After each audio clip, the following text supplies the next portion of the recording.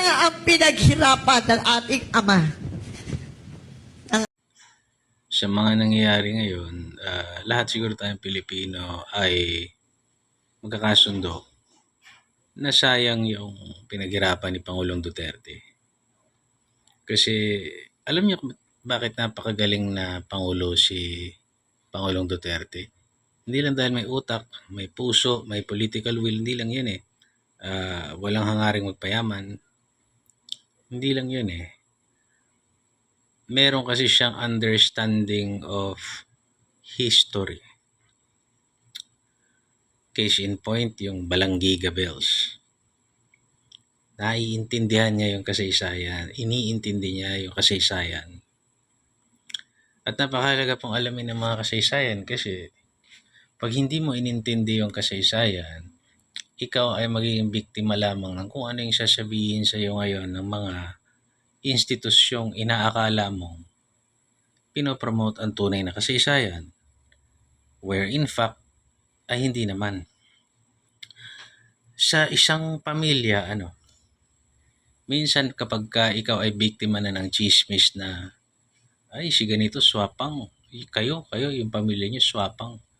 Kapag hindi mo inalam ang kasaysayan, you will be a prisoner of that moment na oo nga no, ganun nga yung ginawa niya. Pero pag alam mo yung kasaysayan, you understand bakit kaya niya pala ginawa yun. Sila naman pala yung tunay na swapang. Maiintindihan mo. Sa pamilya lang yan. Sa gobyerno, tayong taong bayan, ako masasabi ko almost every Duterte supporter siguro is a victim of lack of information sa kasaysayan. Kasi marami sa atin ay maybe once in our life ay naging supporter ng Aquino Cojuangco, the Liberals, and the Marcoses. So like for example, lagi tayong nagbabanggit kalaban ni Digong, mga oligarko, NPA, kriminal, korap. Sino ba muna yung mga oligarko? Ano bang nangyari nung sa kasaysayan nila Cojuangco? O di ba may girlfriend si pangalan nito, Antonio Luna. Tapos from Ilocos, dinala niya yung treasures of war o yung pondo ng war. Napunta doon kay Isidra ba yung pangalan nun? Isidra Cojuangco. Si Isidra Cojuangco walang anak. Meron siyang kapatid na may 4 na anak. Ayan na yung mga oligarko ngayon na Cojuangco. Sila na yan. Minana nila yan. Yung perang minana nila, pinantayo nila ng bangko, similar sa ginawa ni Rothschild. Mga nagpapaikot ng mundo ngayon. Tinayo nila yung bangko at sa ibang pamamaraan, ipinahiram nila yung kapital na yon, ipinahiram sa farmers. Pag hindi nakabayad, kukunin nila yung lupa. Nakuha na nila yung lupa. Ang dami nila nakuhang lupa.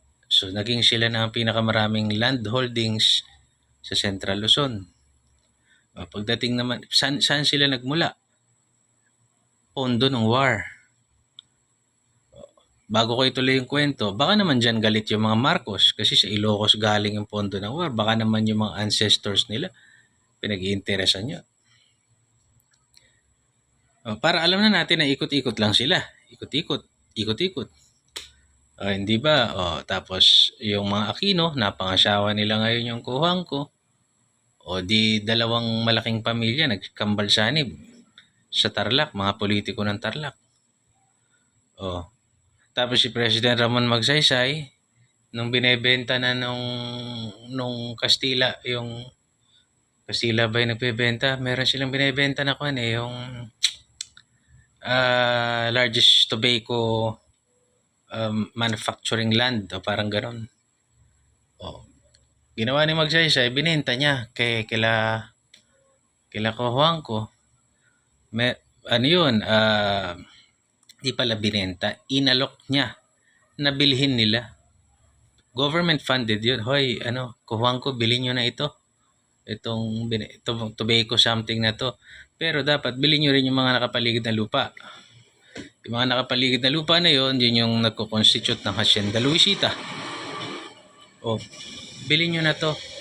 Pero pinahiram ng gobyerno ng pera, yung finance ng gobyerno yung mga Cojuangco para mabili nila yung lupa na yun. With the condition na after 10 years, ipamigay nyo yung Hacienda Luisita, distribute nyo doon sa mga farmers. Na hindi naman na nila ginawa. Ayan na yung sa katerbang issue na ang daming pinatay dyan, ang daming minasakir. Noong panahon ni Cory Aquino, that was exempted from distribution. Yung Hacienda Luisita, ang dami namatay. Hanggang sa tinayo yung Cojuangco, yung Esitex ba yun? Babayad ka pang 20 pesos para makarating ka kung saan-saan. Pinagkakitaan na nila. Hindi ko alam kung gumastos sila ng pera o gobyerno lang talaga lahat yung gumastos. So, di ba, ginisa tayo sa sarili nating muntika. Tapos dinistribute yata ni Corona, flash forward. Di inimpeach siya ni Bongbong. Ay, ni Bongbong, ni Noynoy. Di ba? Ngayon, i-intertwine mo yan with history. Si Marcos noon, gusto niya i-distribute yan.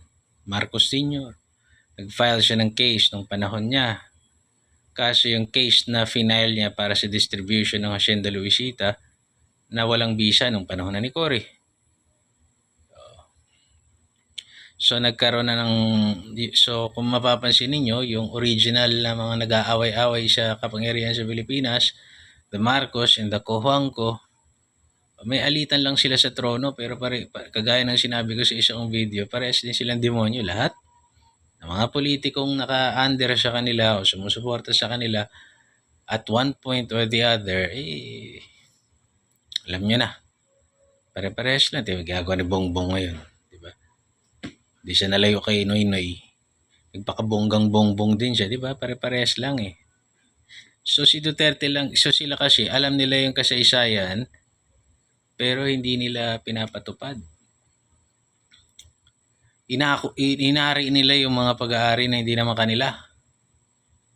At ayaw na nila ibigay using government money. Diba? Ngayon, yung mga gulo-gulo dyan, tingin ko diba, sino bang nagtayo ng NPA na yan? Sino ba yan?